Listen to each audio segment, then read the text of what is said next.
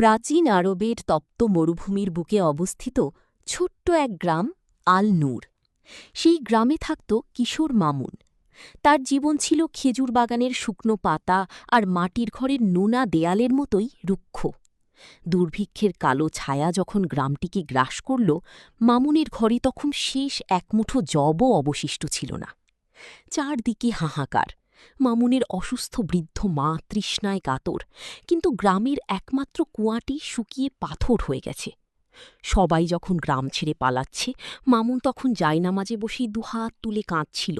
তার মনে ছিল অটল বিশ্বাস, যিনি সৃষ্টি করেছেন তিনি পথও দেখাবেন। বিকেলের রক্তিম সূর্য যখন দিগন্তে ডুবছে, মামুন এক অদ্ভুত আওয়াজ শুনতে পেল। ধুলোবালির ঝাপটায় ঝোপের আড়ালে এক বৃদ্ধ মুসাফিরকে পড়ে থাকতে দেখল সে। নিজের তৃষ্ণার কথা ভুলে মামুন কুয়ার তলানিতে জমে থাকা শীষ কয়েক ফুটা কাঁদাটি জল ছিঁকে সেই বৃদ্ধের মুখে দিল।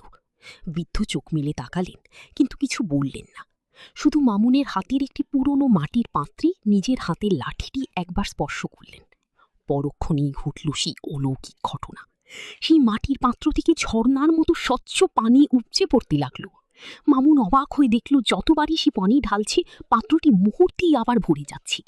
সেই পানিটি শুধু মায়ের তৃষ্ণাই মিটল না, পুরো গ্রামের শুকিয়ে যাওয়া কুয়াটি আবার কানায় কানায় ভরে উঠল।